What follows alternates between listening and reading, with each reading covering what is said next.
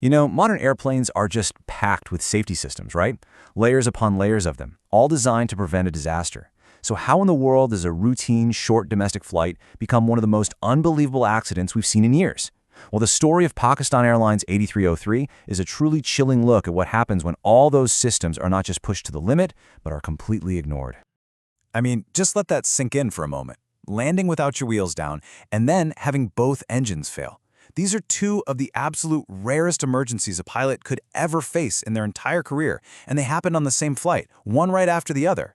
It's an almost impossible sequence of events, and it leaves us with one huge question. How? How could this possibly have happened? Well, the answer really starts right here. If you strip away all the fancy technology, all the complex regulations, all the checklists, what you're left with is the bedrock of aviation safety, the professionalism and the personal responsibility of the people up front. This whole explainer is really about what happens when that very foundation develops deep, catastrophic cracks. So, it's May 22nd, 2020. A crew from Pakistan International Airlines is getting ready for a short hop from Lahore to Karachi. But the thing is, the problems for Flight 8303 didn't start in the air. The stage for this disaster was set long before, with the very people who were supposed to be flying the plane. Okay, so in the cockpit, you've got this 58-year-old captain with a ton of experience. We're talking over 17,000 flight hours. He was actually an inspector, the guy who checks the standards of other pilots. His first officer, on the other hand, was much younger and had way less experience. And that created a dynamic that's known in aviation as a steep power gradient. And that's a dangerous place to be, because it means a junior officer might be too scared or intimidated to speak up and correct a senior captain, even when they know something is seriously wrong. On paper, this captain's resume was perfect. I mean, he was the kind of pilot you'd feel totally safe with. But a document from the very start of his career paints a totally different and, honestly, a deeply disturbing picture. Get this. This information comes from the captain's initial psychological evaluation when he first tried to join the airline, an evaluation he spectacularly failed.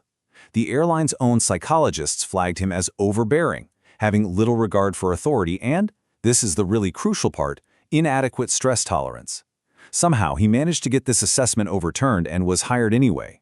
But this psychological profile, it would become the literal blueprint for the disaster that was about to unfold. And sure enough, as Flight 8303 began its approach into Karachi, those exact traits that were identified back in 1996 started to come out. The flight deck, which is supposed to be this place of calm, methodical procedure, started its descent into total chaos. The crew was completely distracted, deep in some casual, non-essential conversation, and one by one, the critical steps just fell away. They didn't do an approach briefing, they ignored the standard call-outs for altitude changes, they even switched radio frequencies without being told to, which meant they were completely out of touch with air traffic control. These aren't just minor mistakes. This is a complete breakdown of cockpit discipline. And because of all these errors, the plane was now in a really bad spot. Dangerously high and way too fast. The numbers here are just stark. At less than 15 miles from the runway, they should have been at about 5,000 feet. Instead, they were at over 9,000 feet, nearly double where they should have been, and still rocketing along at almost 300 miles per hour. A safe landing from this position was basically impossible. Now, even at this point, believe it or not, the situation was still recoverable. They had safe options. But what happened next took this flight past the point of no return, as the crew started to actively fight against every single attempt to save them. Air traffic control could see this mess developing on their radar screen. So they sent a very clear, professional hint. They said, "Are you, comfortable getting down from there?" Which is polite ATC speak for, "Dude, you are way too high." And the captain's response? Just a simple, confident, affirm. He was either totally oblivious to the danger or, even worse, he was just too proud to admit it. So the controller tries again, offering them a standard move called an orbit. It's basically just flying a big circle to lose altitude safely. It was a lifeline, a get-out-of-jail-free card. And their response? Negative. We are comfortable we are going to make it. This wasn't confidence anymore. This was pure hubris. To force the plane down, the captain just shoves the nose into this absolutely terrifyingly steep dive. And the cockpit just explodes with automated warnings. First, an overspeed alarm, then the ground proximity warning system starts screaming sink rate, which is quickly followed by the most urgent command in all of aviation. Pull up, pull up. The dive was so extreme it literally forced the autopilot to disconnect. The airplane was screaming at them and they ignored every single warning. And this is the moment of complete and total breakdown. Inside that cockpit, the first officer is pulling back on his control stick, trying to save the plane by going around for another attempt. At the exact same time, the captain is pushing his stick forward, trying to force the plane onto the runway. With alarms still blaring, these two pilots are physically fighting each other for control of the aircraft. In all that chaos, a critical error was made. At some point during that struggle, the landing gear, which had been down, was retracted. It was pulled back up. So now, with the captain in full control, he forces the plane onto the runway without any wheels, which led directly to the first catastrophe. Without any landing gear, the aircraft's two massive engines just slammed into the concrete runway at over 200 knots. They were 4,500 feet past where they should have touched down, just skidding down the runway, grinding metal, and sending a huge shower of sparks flying everywhere. Now you'd think, okay, that's it, he stopped. But incredibly, no. The captain decides to go around, to actually take off again. But the engines were mortally wounded. That impact had ripped their oil housings wide open. They were gushing oil, basically bleeding out. And the pilots, still wrapped up in their own chaos, had no idea they were now flying a plane with two engines that were seconds away from total failure. The final moments were, at this point, sadly inevitable. Starved of oil, the engines failed one right after the other. The plane was now just a glider. The controller, trying to figure out what was going on, asks them, "Confirm you're carrying out a belly landing." And it seems that question triggered the very last fatal mistake.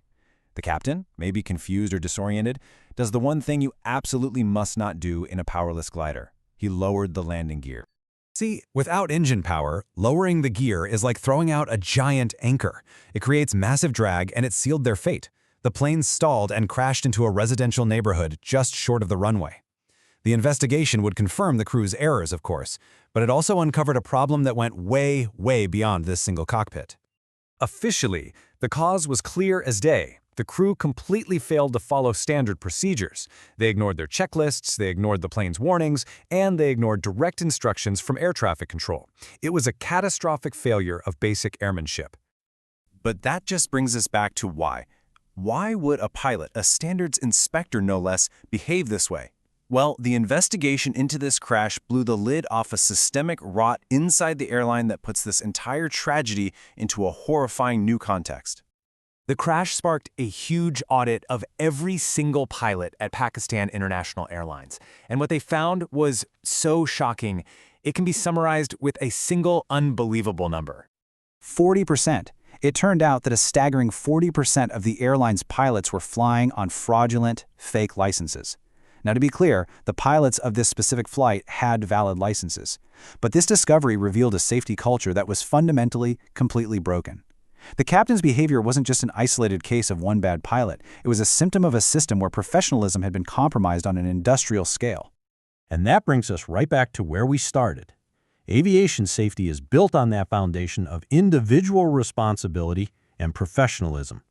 The tragedy of Flight 8303 is a terrifying case study of what happens when that foundation isn't just cracked, but is completely shattered by the very system that's supposed to protect it.